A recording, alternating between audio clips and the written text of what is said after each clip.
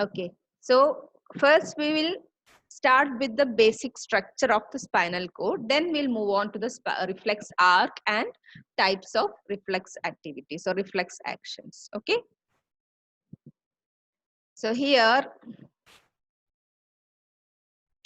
see, this is the structure of the spinal cord where it is situated. It extends from the foramen magnum. Okay, foramen magnum.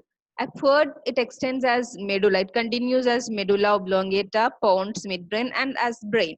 And downwards from the foramen magnum, it forms, or it is called as, or it extends as spinal cord. It is a part of the central nervous system. And as you have seen, central nervous system, we say brain and the spinal cord. Okay, brain and spinal cord. And the spinal nerves, cranial nerves, all we call as peripheral nervous system. Okay, it's a part of central nervous system itself. We call them as peripheral nervous system. And another one is a part of central nervous system. It is autonomic nervous system. That's a different class. We'll deal all those things. So first, we have seen the brain. So we are seeing the central nervous system now. We have seen the brain and its different parts. And now we are going to the functions of the spinal cord. And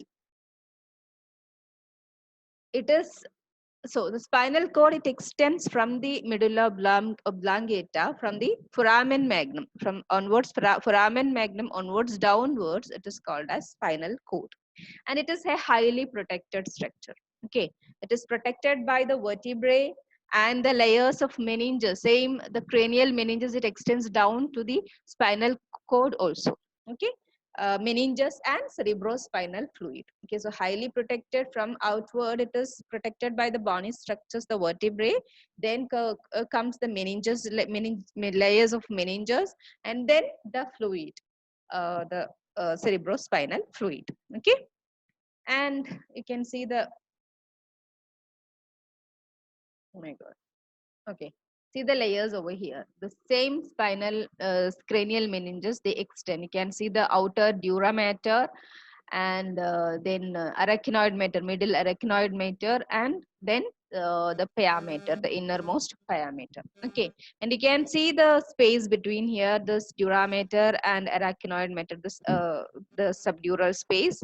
And then there comes the subarachnoid space, and this has got importance also because to draw the spinal cerebrospinal fluids here, so we do spinal taps or lumbar puncture. I'll show the next slide. So before that, we'll cover the structures here. So you can see the nerves entering into the spinal cord. Okay, these are the nerves entering into the spinal cord, sensory nerves entering into the spinal cord, as well as motor nerves exiting from the spinal cord. Okay, and so they are called as roots, dorsal roots, ventral roots, etc. And see, this is a denticulate ligament. This is an extension of the pia mater for the stability. Okay, so you can see the spinal nerves, entry and exit of the cranial spinal nerves. Okay, and see this. Okay, so this is, one second, I'll just. So here we can see this is a procedure called as spinal tap, and you can see these positions. And during this procedure, the patient can lie down or sit down, anything, but in a manner that the vertebral column should be flexed. Okay, it should be flexed, and which increases the space or the distance between the spinal process. You can see here between the spinal process. Okay, and then a long needle, that they insert a long needle through the space and into the subarachnoid space. Okay, through this spinous process uh, to the subarachnoid space here. Okay, and from the subarachnoid space, they draw the cerebrospinal fluid. And one more thing, they do it, this process, this procedure, usually they do it here. You can see this between the L3 and L4, or L4 and L5, in these, in the vertebral positions or in the vertebral spaces, L2, L3, L4, L3 and L4, and L4 and L5, or okay, because you can see another protect, that is actually to for a safe procedure, you can see the spinal cord. The spinal cord extends only up to L2. Okay, but the meninges extends up to the sacral segments. Okay, S2, sacral segment, second sacral segment. So in the from this region, from L3 to sacral segment LS2, there is no spinal cord. There is only meninges. So when you do a procedure at this level, between L3 and L4, or between L4 and L5, it won't damage the spinal cord. The entry of the needle won't damage the spinal cord in any cases of like misinjection or misinsertion or anything. Okay, and this procedure is doing for usually for the diagnostic processes or to draw the cerebrospinal fluid, and also for giving general anesthesia. Okay, spinal anesthesia. This is not the same epidural block. Epidural block is something like it's a like local anesthesia type. Okay, just block the sensations. This is called as lumbar puncture or spinal tap. So this just as an applied aspect I've just given you. And now we'll see the internal anatomy of the spinal cord. Okay, so you have seen the internal anatomy of the brain. You have seen it is the gray matter outside which surrounds the white matter. Or in other way, the white matter is surrounded by the gray matter. But here it is opposite. You can see the gray matter is surrounded by the white matter. Okay, so the white matter or the myelinated axons are in the outer side, and the cell bodies of the neurons are in the inner side. Okay, and you can see here how your central sulcus divides the fissure, longitudinal fissure divides your brain into right and left halves. Here you have a posterior median sulcus and an anterior median fissure. Okay, two grooves. One is posterior median sulcus, and it is not so deeper, so it is called as sulcus. And the other one is anterior median fissure. It is little deeper, so called as fissure. Okay. So this two separates the spinal cord also into right and left halves or two halves. Okay. And we'll see the white matter here. White matter is called as columns. You can see here columns. Okay, because this white matter consists of bundles of axons, and when the bundles of axons in the white matter, they form as tracts. Okay, and the difference between tracts and nerves, one more thing I think you know, difference between tracts and nerves. Both are bundles of axons. Tracts are also bundles of axons, and nerves are also bundles of axons. But we call bundles of axons as tracts when it is in the spinal cord or when it is in the brain. Okay, when the bundles are seen inside the brain or inside the spinal cord, we call them as tracts. Outside the brain and outside the spinal cord, the moment it leaves this spinal cord, we call them as nerves, spinal nerves, and it exits from the brain, we call it as cranial nerves. Okay, the cranial nerves and the spinal nerves. So outside the brain and spinal cord, we call them as nerves, and when it is inside the bundles of axons inside, we call them as tracts. One second, I'll have some water.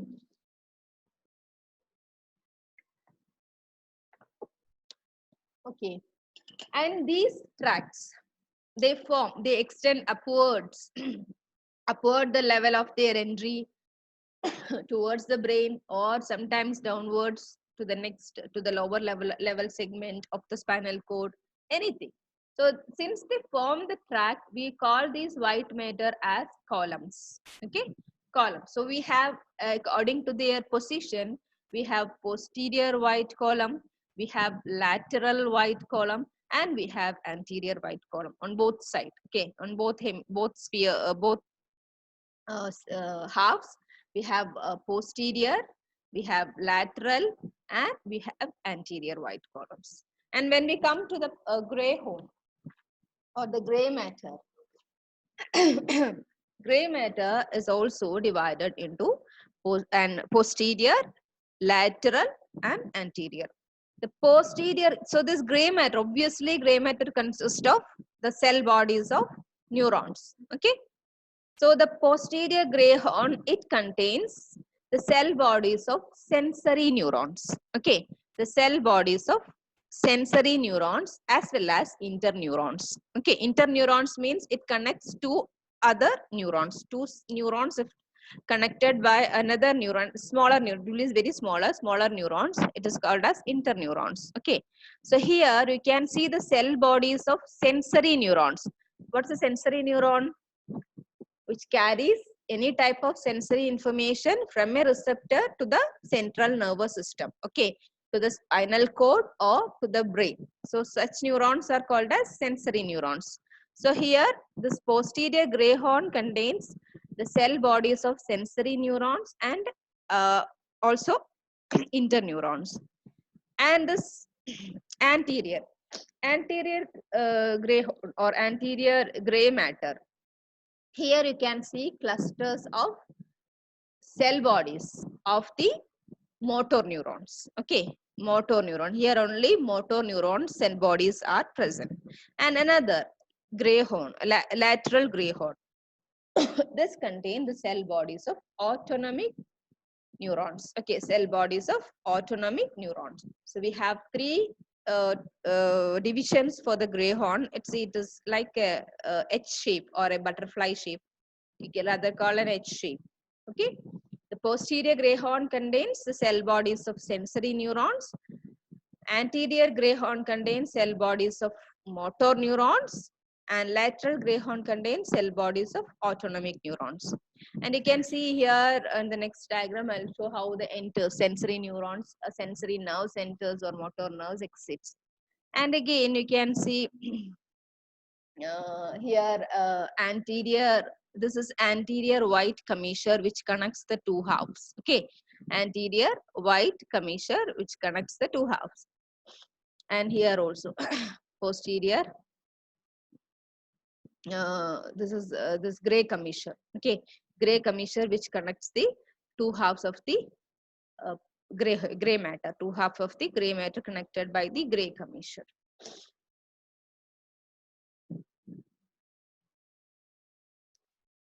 See here, so all these we have discussed this lateral white column, posterior white column and anterior white column. This anterior median fissure, posterior sulcus, medial sulcus we have seen, and this gray matter and posterior gray horn, anterior gray horn and lateral gray horn. You can see here, here you can see the cell bodies of the interneuron, and also if not interneuron, this is a multi-synapse. If not interneuron, here it will be sensory neuron itself and goes to the other segment. Okay, opposite side. And this is the motor neuron, the cell body of the motor neuron, and this is the cell body of the autonomic motor neuron. You can see here autonomic motor neuron. Okay. And here you can see this is the entry of the spinal nerves. Okay, entry of the spinal nerves. So this entry to the dorsal side or to the posterior side is called as posterior root of the spinal nerve, posterior or dorsal root. It is easier way is dorsal root. Okay, posterior or dorsal root of the spinal nerve.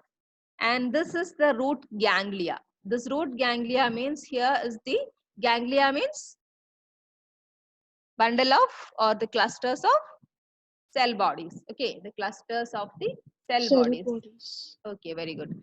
The clusters of the cell bodies. So sensory neurons which carry the information from a receptor. The cell bodies of those sensory neurons are situated here, which is called as posterior root ganglion. Okay, or dorsal root ganglion. And these are the rootlets. You can see the rootlets divisions, many rootlets. These nerves, when they enter into the spinal cord, it form the rootlets. Okay, so these are the spinal nerves. This is the posterior root of the spinal cord. Okay, or dorsal root of the spinal nerve, enter as rootlets, and this is the dorsal root ganglia. And this posterior root of the spinal nerve is for the sensory nerves. Okay, they carry the sensory informations, or they cause the entry of the sensory information into the spinal cord. Okay, And here, this is the anterior. Okay, anterior root. Okay, here the exit happens, exit of the motor neurons. Okay, the exit of the motor neuron happens in the axons of the, or in the motor or in the post anterior root. Okay, this is the anterior root. Here, through this anterior root, the exit of the motor neuron happens. Okay, so entry via the posterior root. This is a reflex arc. Okay, it's actually a reflex arc. So exit via the anterior root. So this is the basic structure of the spinal cord. Okay, cross is the cross section of the spinal cord. You can see again here. This is a more simpler way. So it is rather can call it as a cylindrical flattened. Okay, cylindrical flattened shape. And the arrangement of gray and white matter is gray matter is surrounded by white matter, and white matter contain bundles of axons called as tracks. So the white matter is called as columns, which is divided into posterior white column, lateral white column, and anterior white column. And in the gray matter, it consists of nuclei, cell bodies of clusters of the cell bodies of neurons. And again, it is also divided into posterior horn. It is called as horns, HORN, horns. Posterior gray horns, lateral gray horns, and anterior gray horns. Posterior gray horn consists of cell bodies of sensory neurons and interneurons. And anterior gray horn consists of cell bodies of motor neurons. Lateral gray horn consists of cell bodies of autonomic motor neurons. Okay, and you can see here posterior median sulcus and anterior median fissure, which divides the spinal cord into two halves. And this gray commissure connects the two gray matter of the two halves. This is the this is called as commissure, white commissure. Okay, anterior white commissure, anterior white commissure, and roots, posterior root and anterior root. Posterior root causes causes the entry of the spinal nerves, which carries the sensory information, and anterior root is the exit of the spinal nerve, which carries the motor information. Okay, and now we'll go to the reflex. Okay, reflex action. Reflex is it's actually, the definition is like it's a fast automatic and unplanned, also unplanned. It is not a planned one. Okay, unplanned sequence of actions that occurs in response to a particular stimulus. So that is the definition of a reflex action. Actually, it is a fast, unplanned, automatic sequence of actions that occurs in response to a particular stimulus. Is called as a reflex action. So reflex action is unplanned. It is not a planned process. It should be very fast and it is automatic. Okay, and it happens or it occurs to a particular, in response to a particular stimulus. Okay, and see, it is a reflex arc. A reflex arc means it is the flow of impulse. Okay, or it is the pathway followed by a nerve impulse. Okay, you can see it's a reflex arc or reflex pathway. It is also called as reflex pathway.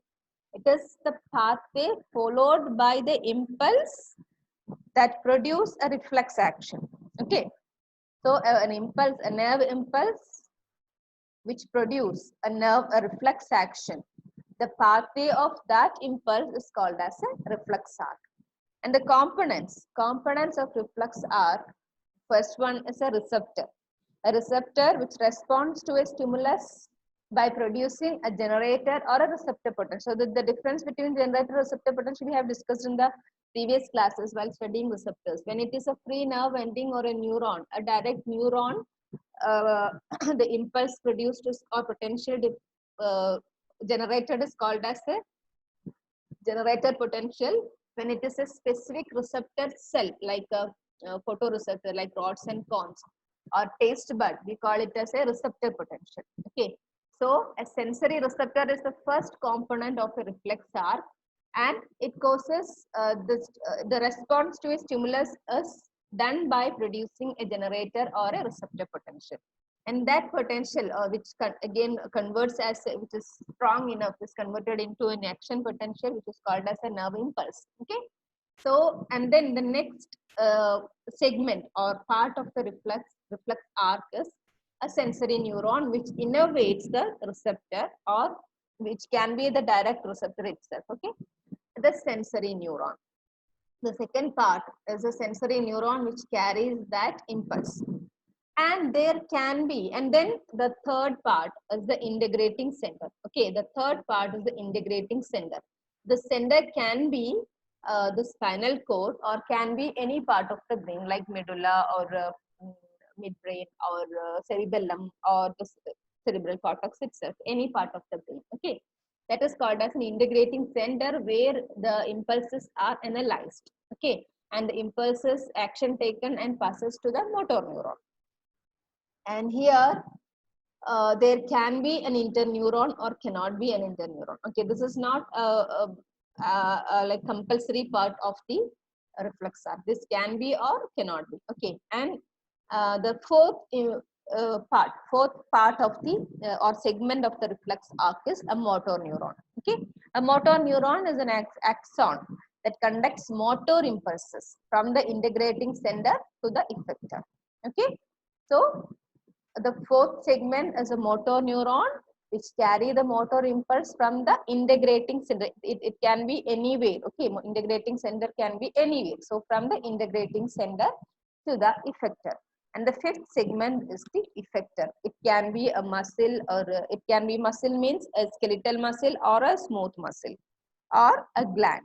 Okay, so if the effector is a skeletal muscle, if this, where is the cursor? Okay, if this effector is a skeletal muscle, it is called as a somatic reflex. Okay, and if this effector is a smooth muscle or a gland, okay, which is not our control, so it is called as autonomic reflex. Okay, somatic reflex and autonomic reflex. It depends on the effector. If the effector is skeletal muscle, called as a somatic reflex, and if the effector is a is a smooth muscle or cardiac muscle or a gland, it is called as an autonomic reflex. So this is the structure of a reflex arc or reflex pathway. Okay, so excuse me. So the reflex arc contains a sensory receptor. The first segment is a sensory receptor which responds to a stimulus and produce a generator potential or a receptor potential. And the second part is a sensory neuron which innervates the sensory receptor and carries the sensory impulse, this receptor potential or generator potential, to the integrating center. Okay, and the third segment is the integrating center, and the fourth segment is the motor neuron which carries motor information from the integrating center to the effector. And the fifth segment of the part is the effector, which can be as skeletal muscle, which can be a cardiac muscle, which can be a smooth muscle or a gland. If it is a skeletal muscle, it is called as a somatic reflex, or if it is other types of muscles like smooth and cardiac and gland, it is called as an autonomic reflex. We are running short time. And classification of reflexes depends on inborn or acquired. It depends on a situation of the integration center. It depends on the functional significance. These are the criteria of classifications. Okay, functional significance, number of synapse. I told, because in this I told this can be there or cannot be there. Okay, so this is you can see two synapses there. It is a multisynaptic. Synapse number 1 and synapse number 2. Okay, so it's like number of synapse and clinical basis. Okay. Okay, so based on inborn or acquired, there are conditioned reflexes and unconditioned reflexes. Okay, then unconditioned reflexes, inborn reflexes are called as unconditioned reflexes. We are not trained to any type of activity. but by birth, inborn, we have a ability. Okay, such reflexes like when you touch a hot object, you just withdraw. Okay, it is not taught by you, taught by anyone to you that you have to withdraw. It is inborn. It is an inborn reflex. It is a protective reflex actually. Okay, when you touch any hot substance, you immediately you withdraw your or your finger. Okay, we have less time. I don't think we can finish it off the session within the stipulated time. We'll, if not finished, we can continue the same topic next day also. Okay. And condition reflex. This is acquired. This is acquired means in your life you are trained to some processes. Okay, such trained processes when it shows as reflexes, it is called as condition reflexes. Like when you drive, driving is an acquired experience. You are trained for driving. Okay, so when you drive in emergency case, when you see such an emergency, you slam on the brake. Okay, you slam on the brake. So that slamming the brake is a condition reflex. You are learned. You learned how to react to an emergency situation. That is a learned one. That is called as an acquired reflex. Okay, so unconditioned reflex are inborn reflexes, and conditioned reflexes are acquired reflexes. It is conditioned. They should be a condition. Okay, and depending upon the integration center. If the integrating center is cerebellum, it is called as cerebellar reflexes. If it is cortex, you can call it as a cortical reflex.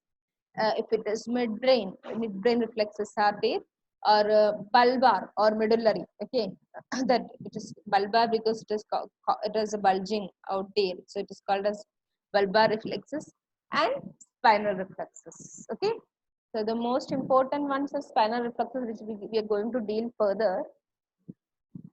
Then functional reflexes, protective reflexes, flexor reflexes. Okay, examples are flexor reflexes, or flexor or withdrawal. We can call them as withdrawal reflexes. Like that, how I told you how you withdraw your hands from hot objects when you touch, or when you step onto a pin while walking. When you step onto a pin or stack, you immediately withdraw that leg from that object. Okay, so that's kind of protective reflexes. In that, flexion of the muscles occurs. Okay, the contraction of the muscles occurs. Flexion of an organ, of a part of your body. So rather not muscle, you can call a part of your body. Flexion of a part of your body occurs. Okay, that kind of reflexes are called as, we will in detail we'll study in the next in the next slides. Okay, protective reflexes. Anti-gravity reflexes or extensor. It is against the, who we mute your, okay, it is anti-gravity reflexes, or it is against the gravity for balancing the body. Okay, it is actually balancing the body. Extensor reflexes, part of your body extends, or extensor muscles are there. Okay, so this also we learn crossed extensor reflexes. Okay, so this flexor or withdrawal reflexes or extensor reflexes. Flexor reflexes are also called as protective reflexes, and anti-gravity reflexes or extensor reflexes are to maintain the stability of the body, to maintain the posture of the body. So they are called as functional reflexes, to perform a function. Okay, and depending on the number of synapses, those I have shown you in the previous slide, it's the number of synapses. If only one synapse is there, that means the synapse between the sensory neuron, direct synapse between sensory and motor neuron also are there. The sensory neuron from the the receptor cell directly synapses with the motor neuron, which innervate the effector cell. Okay, such kind is called as monosynaptic.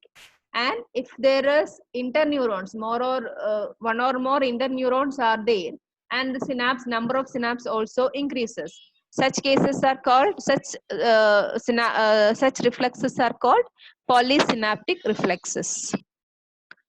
On the clinical basis, superficial reflexes. Superficial reflexes means which elicits on the peripheral part of the body. Okay, like like surface of the body, like mucous membrane and skin. So mucous membrane means when any substances enter fall into your eye on the what do you call, cornea, you immediately blink your eyes, okay, with the help of the closing and opening actions of the eyelids. So that is a reflex. Okay, the immediate blinking of the eye is a reflex when something falls on your cornea. So that is called as mucus reflex. It's a kind of superficial reflex. And skin reflex, all that what do you call a plantar reflex, stalking of the soles. You show a particular flexion of the toes. Okay, when somebody stalk your sole under the foot sole, somebody strokes, you show a particular flexion. So that type that is on your skin. It is on your skin. So that is called as skin reflex. So superficial reflex means it is on the surface of the body, when the stimulus is on the surface of the body, like blinking of the cornea, flexion uh, of the toes, etc. And deep reflexes like tendon reflexes, knee jerk, patellar reflex. This we will come to know in the later slides. Okay. Deep reflexes, deep within the body. The receptors are inside the body. And visceral reflexes, actually we cannot observe, we cannot see it. It is deep within the body. Okay. And one example we can experience is like visual reflexes. Okay. Visual reflexes or pupillary reflexes. It's called as pupillary reflex, constriction of the pupil. Constriction of the pupil when the light falls onto it. Okay. In response to the fall of the light, pupillary constriction you can see. That you can see, but it is actually a visceral reflex. Okay. One of the visceral reflex which you can observe is a pupillary reflex. Okay.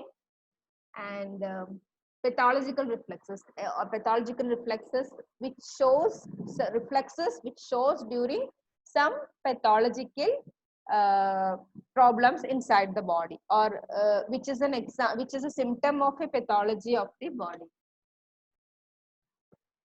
Okay, which is a symptom of the pathological process of the body. Some reflexes can be seen. So one of the example is Babinski's, and we'll explain in the next session tomorrow. So that so these are the clinical basis: superficial, deep reflexes. These all we can test. Okay. Superficial reflexes, deep reflexes, visceral reflexes, pathological, or we can test. So clinically we test all these things. So I think we have only 2 minutes. We won't be able to finish off these. So in the next class tomorrow we can explain the other aspects of the reflex. Okay.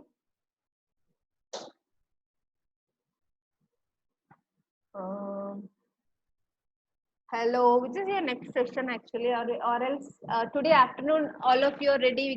We can fix a session.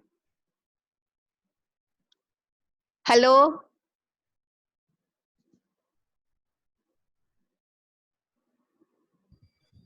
Yes, ma'am.